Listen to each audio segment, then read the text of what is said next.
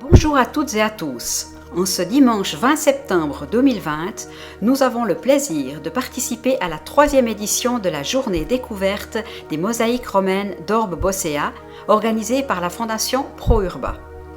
Je salue messieurs Loïc Durand et Yves Dubois, membres de cette fondation, à qui je cède la parole afin qu'ils nous parlent de leurs fonctions. Cette année, suite évidemment au Covid aussi, on ne pouvait pas avoir une journée aussi interactive avec le public. Donc, on a principalement visé une présentation des problèmes de conservation et de restauration des mosaïques in situ.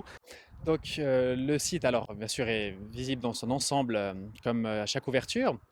Et la différence aujourd'hui, c'est que nous avons la présence de différents spécialistes liés à la conservation et à la valorisation des mosaïques. On a aussi une autre thématique au-delà de la conservation des mosaïques, c'est l'imagerie en fait qu'on retrouve sur ces pavements, avec les différents mythes qui sont illustrés, les différents personnages.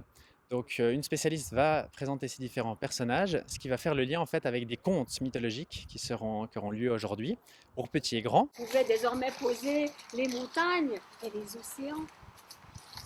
Oui. Et Gaïa, la Terre, par une force de vie extraordinaire, toute seule, a engendré Ouranos, le ciel. Et en fait, ici, c'est une présentation très générale sur les problèmes de conservation des mosaïques. Donc voilà notre salle de projection. Nous avons décidé d'en profiter pour montrer différentes choses projetées ici sur l'écran. Nous avons aussi notre maquette, toujours appréciée des visiteurs.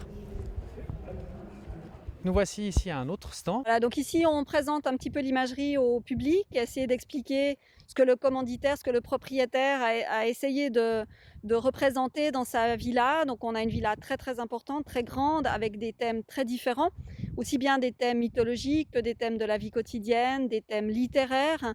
Et c'est tous ces éléments, toutes ces histoires en fait qu'on essaie de raconter au public.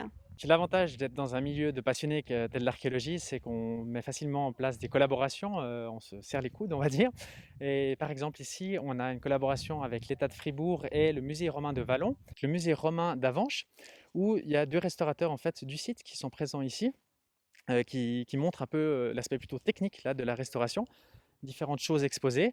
Et ensuite qui vont présenter les restaurations en cours sur la fameuse mosaïque d'Achille Askyros, qui n'est visible qu'aujourd'hui cette année par le public, donc c'est quelque chose d'assez exceptionnel. Elle est vraiment très rarement visible, et donc ils sont là un petit peu, c'est une immersion dans leur travail. On montre un mortier d'injection qu'on fait dans les poches, dans les vides des tesselles. Qui est bien connu sur le cortège rustique. Quand on voit la mosaïque, on voit qu'elle a énormément de déformations. Celle-ci, quand elle a été prélevée, si vous n'avez pas vu, vous verrez sur les panneaux, il y a une coupe où on voit des couches successives de mortier, de béton, de plâtre qui ont été injectés dessous. Donc ces cloques se soulevaient. Plus elles se soulevaient, plus on injectait, plus on maintenait les déformations.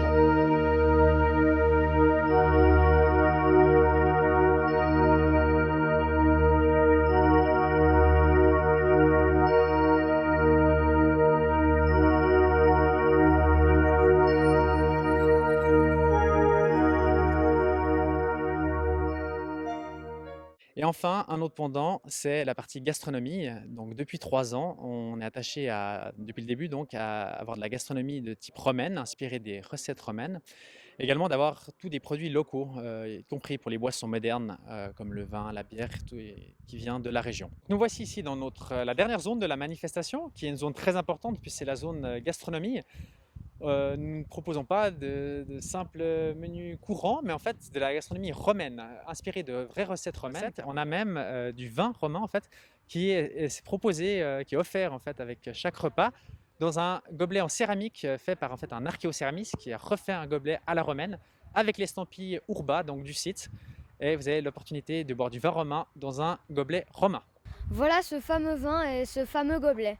comment sauver, conserver et valoriser. C'est-à-dire que la problématique de la sauvegarde des mosaïques in situ, qui s'inscrit dans une tradition, en tout cas en Suisse, je ne pense pas seulement à Orbe, mais à Vallon et à d'autres sites, pose toujours des problèmes au cours du temps. On dépend là de l'agenda politique principalement. Projet pour l'avenir, y a-t-il encore sous terre quelques magnifiques souvenirs de notre passé? Tous les vestiges en fait de la partie palatiale ont été explorés, donc c'est pas des projets archéologiques mais vraiment de valorisation du site. Donc voilà, l'événementiel va continuer sur le site. Je vous encourage à venir lors d'un événement ou d'une visite tout à fait normale. Vous nous avez proposé d'aller déguster la nourriture romaine. Comment pourrions-nous refuser?